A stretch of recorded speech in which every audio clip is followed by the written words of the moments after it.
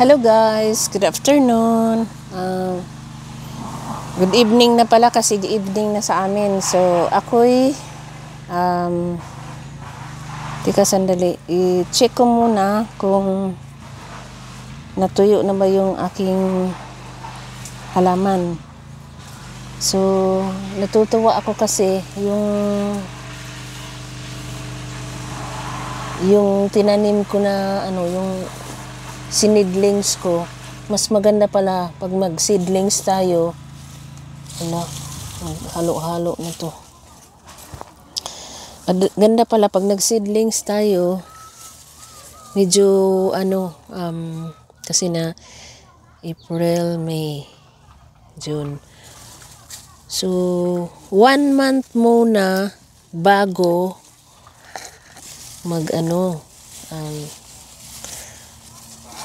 mag-summer. So kailangan mo nang itanim para kasi naisip ko rin kasi ang mahal ng mga yung mga seedlings na binili ko. So ayan, parang hindi naman lahat ay lumalago. So, chine-check ko lang. So, ayan. Dito rin. At ako'y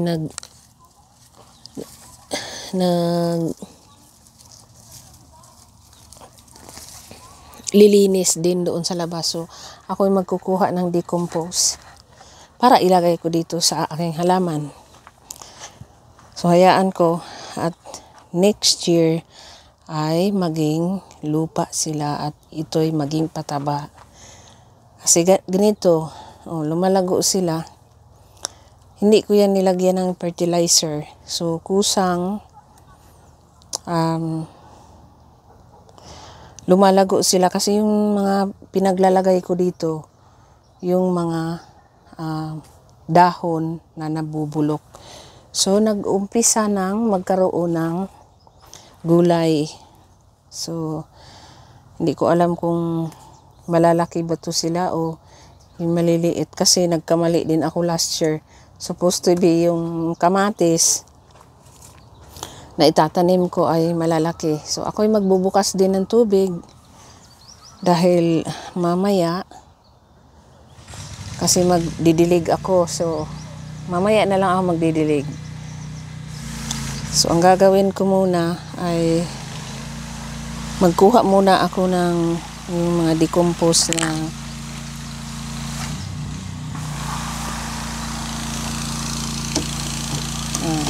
bulok na nabubulok na dahon, yung mga binagkat ko ng grass. So, ayan. Kasi yan yung ginagawa ko each year. So,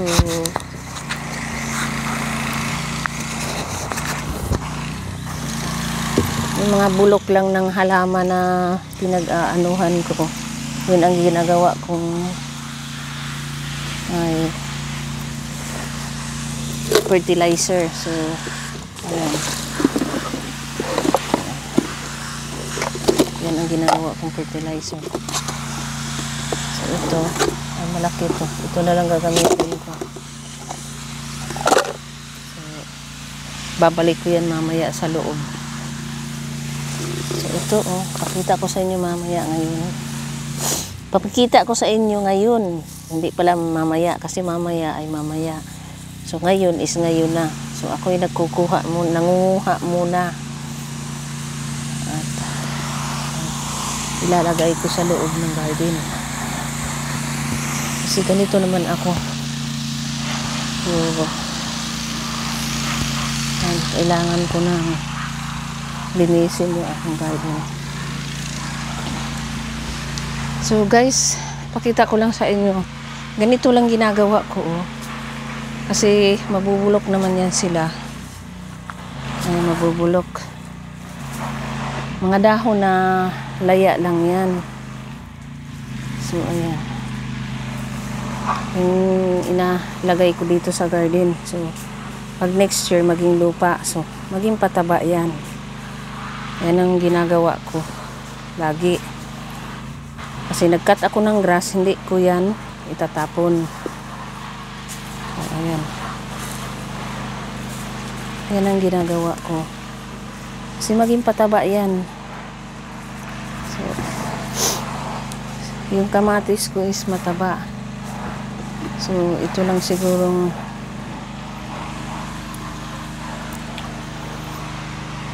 talong ang hindi mataba. So, ayan. Isa pa. Kasi ako, habang ako'y maglilinis dito sa garden,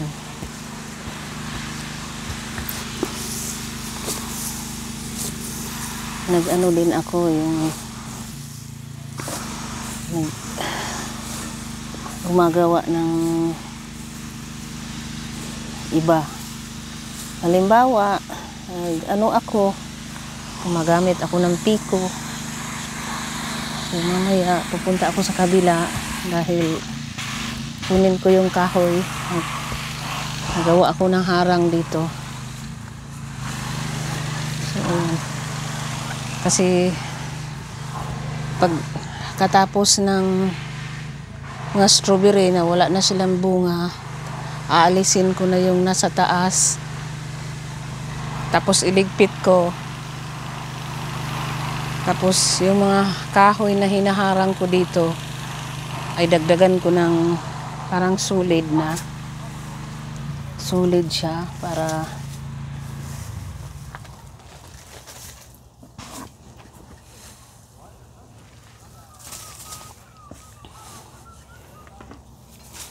ayan. Hindi talaga ay gumagana to. Ayan. Yung talong ko dito may bulaklak na. So, yung mga damo, sabi ko Richard, wag mong itapon. Wag mong ipatapon yan dahil gagamitin natin yan na pangpataba. So, yung last year, ginagawa ko is yung mga damo, pinipino ko, tapos binalik ko dito sa garden. Yan ang ginagawa ko. So, ayan.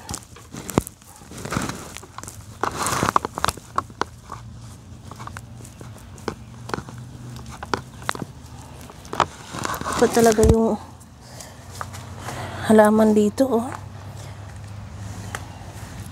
Yung tanim ng unang may-ari ng ano ba yung tawag dyan? Red berry? Di na wala na sa lugar yung pagdami. Kaya pinatay ko yung iba. So, ayan. Ito yung ginagawa ko. So, parang maging tayo. Meron tayong pataba. So, pag ito naman, ang bala ko is dadalhin ko to sa sasakyan ko kasi minsan kita ako ng tain ng kabayo. So, maghinto ako tapos kukunin ko.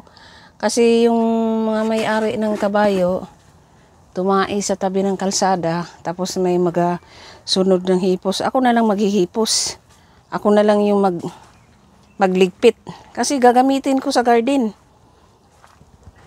So, magandang pangpataba ng yan. Garden. So, ayan. Meron akong pataba, yung mga damo. So,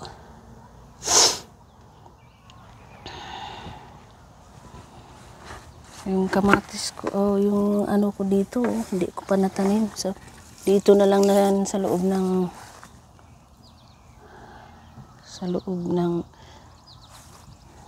greenhouse itatanim. So, gagamitin ko tong pala. So, ayun mamaya.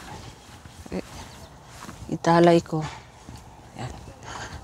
Kasi naman ako mahiyain. Ayaw kung may nakatingin pag may ginagawa ako. Kakahiya.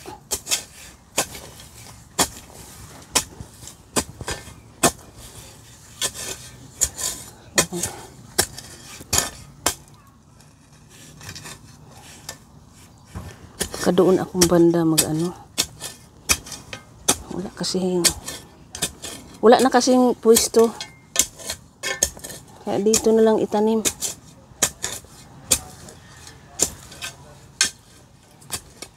May kalubasa pa naman. Ang akin, hindi na ako magtanim. Last year, nagtanim ako ng maraming ang daming sibuyas. Kaso lang, ngayon, hindi ako magtanim. Kasi panglasa lang yung itatanim ko. So, ayan.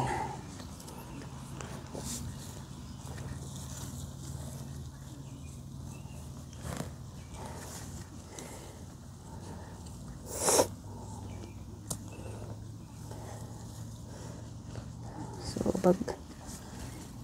okay lang yan. Kaysa gawin kong panglasa, hindi ko naman mauubos yan. Ang dami kaya.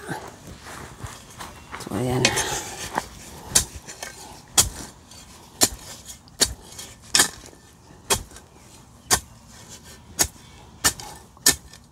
Hirapan ako nitong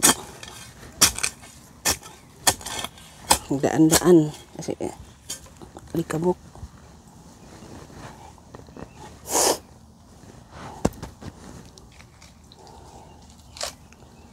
So, ayan guys. Wala na akong pwesto. So, dito na lang. Kasi next year, gagawa ako ng greenhouse. Ayan ang gagawin ko. Hindi man lumalago yung ano dito. Talong. Ewan ko bakit.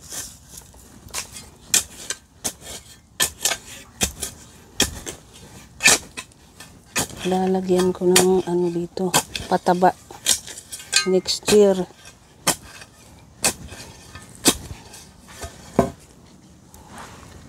Maglalagay ako ng pataba. So, ayan guys. Sobrang dikit sa dingding. Ayan. So, wala nang pwesto. Dikit-dikit na lang. So, ayan. So,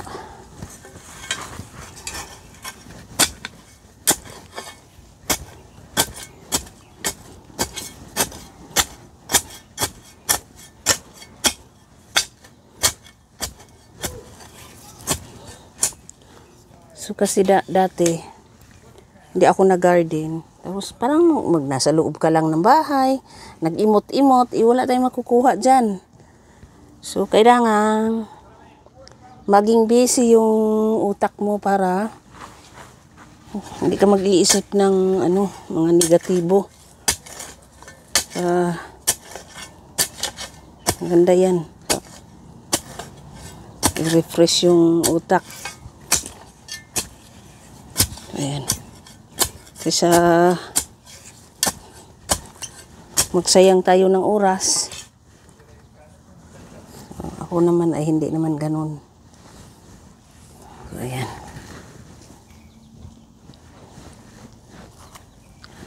Bali, ginagawa ko is parang bakod. Ayan, di ba?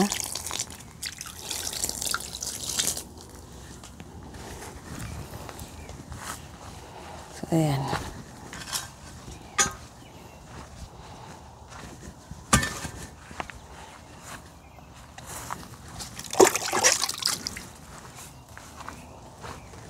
Parang i-reverse na natin yung utak natin ng ano tayo.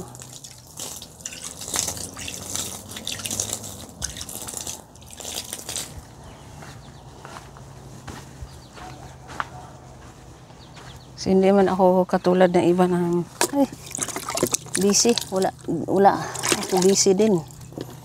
Ako busy din. Pero maglaan ako ng oras para magkaroon ako ng gulay. So, ayan.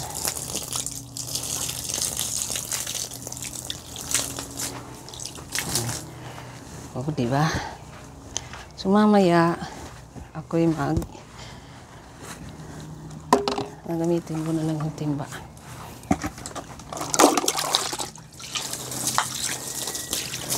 Kasi pag gagamitin ko mamaya yung lagadira. Ayan.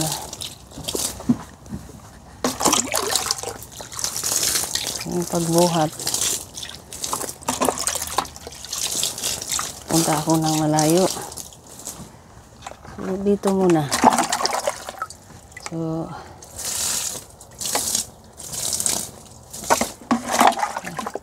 tingnan natin yung ngayong uton. Hanap ako ng tae ng kabayo. Ilalagay ko dito.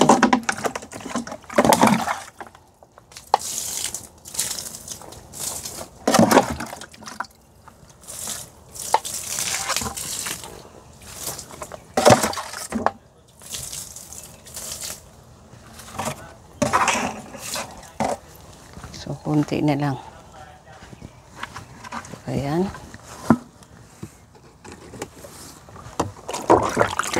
Gusto ko kasi maging busy yung araw ko lagi.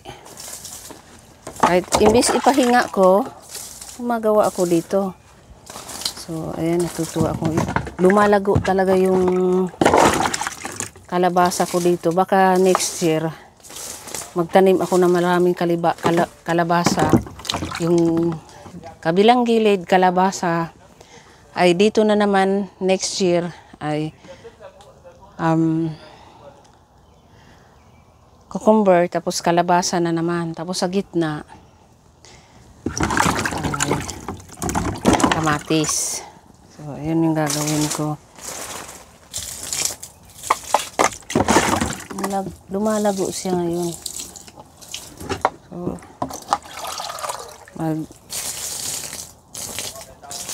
magawa ako ng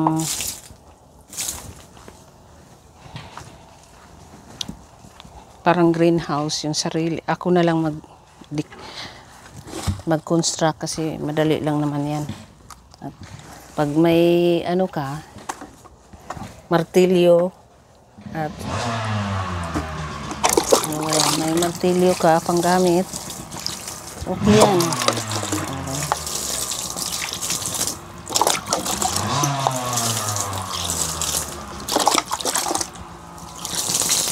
Madali lang pag may martilyo.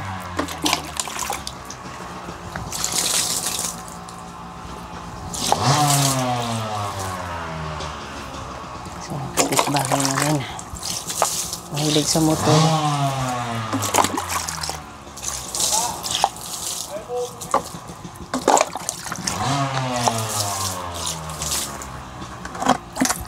So, maingay.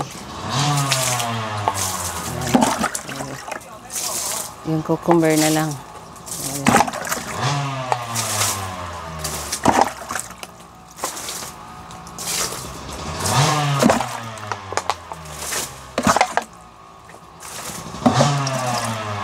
Kunti na lang yung diligan ko.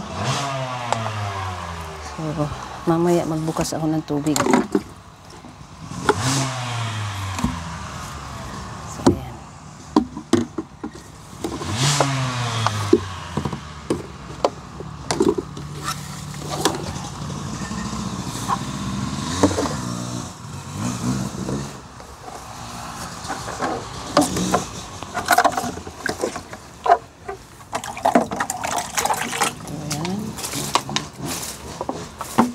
May ano na siya, may bunga na, umpisa na.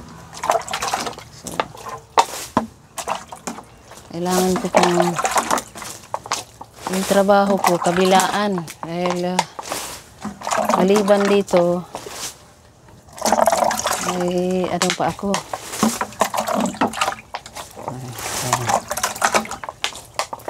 Basain ko ng basain. Para bukas na umaga, hindi na ako magdidilig.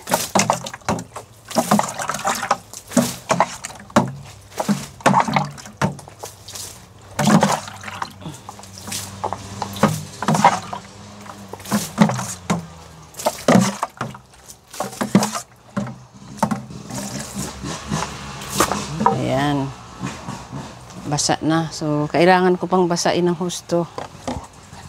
At magbukas ako ng tubig. Kasi bukas, I'm sure init na naman to. So, kahit autumn, gagawin ko pa rin yung dito sa garden. Itong pagkatapos ng, kasi short lang yung summer dito. So, ditong autumn, hakot ako ng lupa, ano dito, yung mga dahon na bulok. So, yun lang yung ginagawa ko. Para mataba yung kamatis ko, kaso wala na sa linya. Hindi ko na malaya na lumalabas na pala sa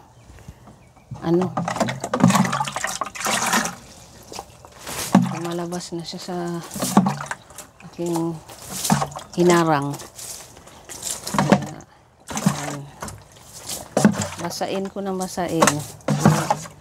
Hindi ko lang na dalaw ng 2 araw to. Lumalago na agad yung halaman. Sabi ko, ay, bigla. So, ayan. At ngayon,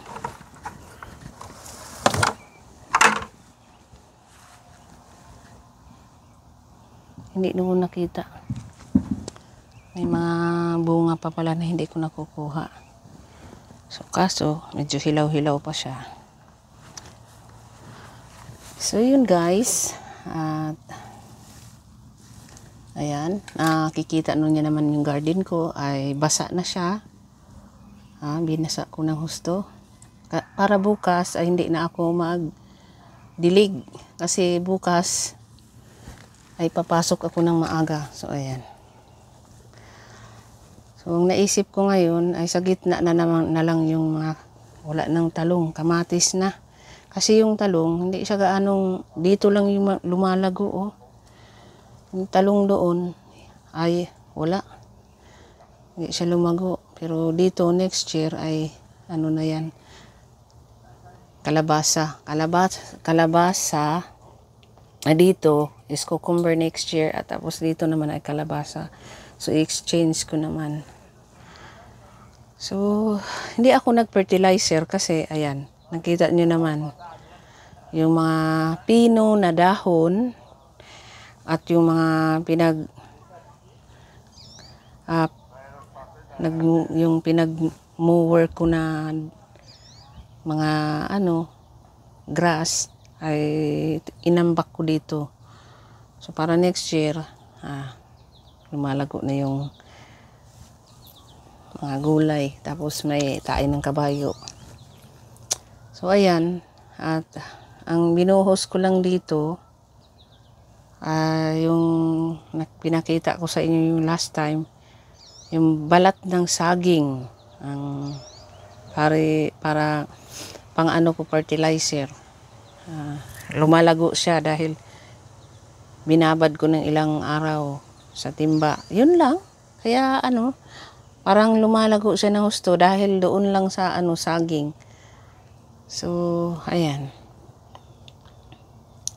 Nilagyan ko sila ng kahoy, yung gagapangan. So, kailangan ko pang talian. Magkuha pa ako guys ng kahoy. So, yung next naman ay medyo bahaba na yung video kasi ilalagay ko doon sa sa icons. So, yun lang guys at have a good night.